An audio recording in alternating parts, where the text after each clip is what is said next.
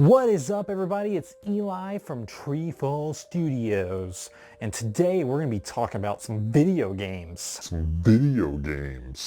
If you are new, I post videos about my games that I'm currently working on. I make devlog series showing the progress of those games from start to finish. I also do game development type videos where I give tips, advice, and talk about all things in the game development industry. So if you're a game developer or you like video games, this is the place to be. Be sure to hit that subscribe button. Without further ado, let's get started. What's up, everybody? We are here at the start of a brand new development commentary series for the Perplexing Orb 2. You're taking a look at some footage on levels 4 and 5 of the ability to shrink and grow the orb. Today we're going to be mostly focusing on the beginning of development and talking about the character abilities that shape this game. So for the first ability, it's the shrinking and growing, and you can see right here there's going to be all sorts of puzzles dealing with just this ability alone. The entire world 1 is based off of it, but you're just seeing an example of how this is going to be working in action, the shrinking and growing. I actually didn't record footage from the test scene like you'll see in just a moment for the shrinking, but there is a test scene, this scene right here, in which I'm working at the very start of the game when there were no levels, there was nothing, and I was working on the code for the character. And this is the magnet idea, and you can see I had all sorts of issues, and I really wanted to film all this and show you all. So when I first developed it, you can see there was some issues right there.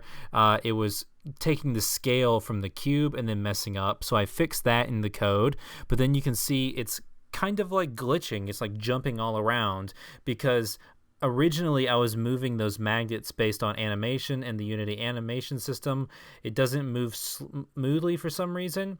I figured out a way to make it more animate with physics and move slower like that, but in the end, actually, this didn't make it into the actual game.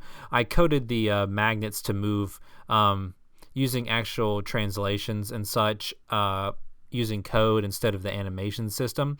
But right now you can see, so I got the magnet moving, and then when you hold the grab button, you warp up to the center of the magnet right in front of it. And so right now I'm testing it out to where you can let go for like half a second and start to fall, but if you grab it again, you'll shoot right back, which is pretty cool. Definitely a feature that I wanted to make sure was in there in case you accidentally slipped up on the button while you're floating over the endless chasm in the city. Very cool. And then also right here, the next clip you're going to see, there was another issue within code, and so you could shrink and grow the orb, as you can see, but I thought to myself, well, you're going to have some problems if you're shrunk and you're little on the magnet. For the way I have it doing the code, like you would be floating out in the air and not exactly touching the magnet, and then also it would break some of the challenges that I wanted to do where you had to shoot and then shrink in the middle of the air. So then I changed the code to where if you shoot to a magnet, you automatically regrow, and then you can't shrink until you've left the magnet. And right there you were seeing the first bit of code where you could shoot from one magnet to another.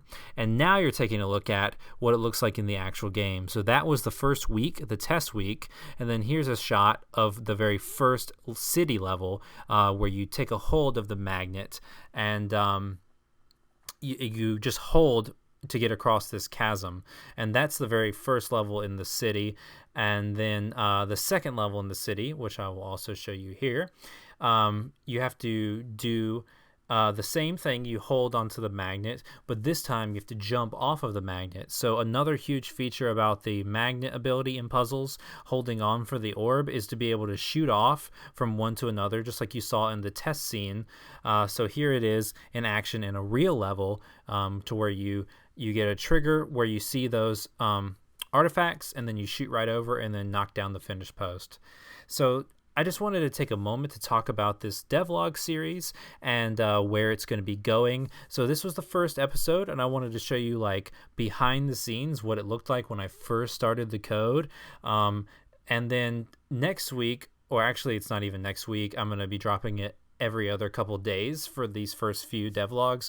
We're going to be taking a look at some of the level design implications because of these character abilities, and then after that I'm going to be showing off some of the things like the loading screen, the transitions, and how all that stuff came to be. And then after that devlog, that's the devlog 3, then I'm going to be showing the third world, which has not been shown yet, and there'll be a trailer to go along with that on YouTube as well. So I hope you enjoyed this first look at the early stages of the Perplexing Orb 2. You get to see behind the scenes when there was no textures and it was broken code, and now you can see it compared to the real levels. And I hope you enjoyed the look, and if you did, please be sure to hit that like button and subscribe so you don't miss every episode that comes out. And before I end this episode, I got to give a big shout out to all of our patrons on Patreon.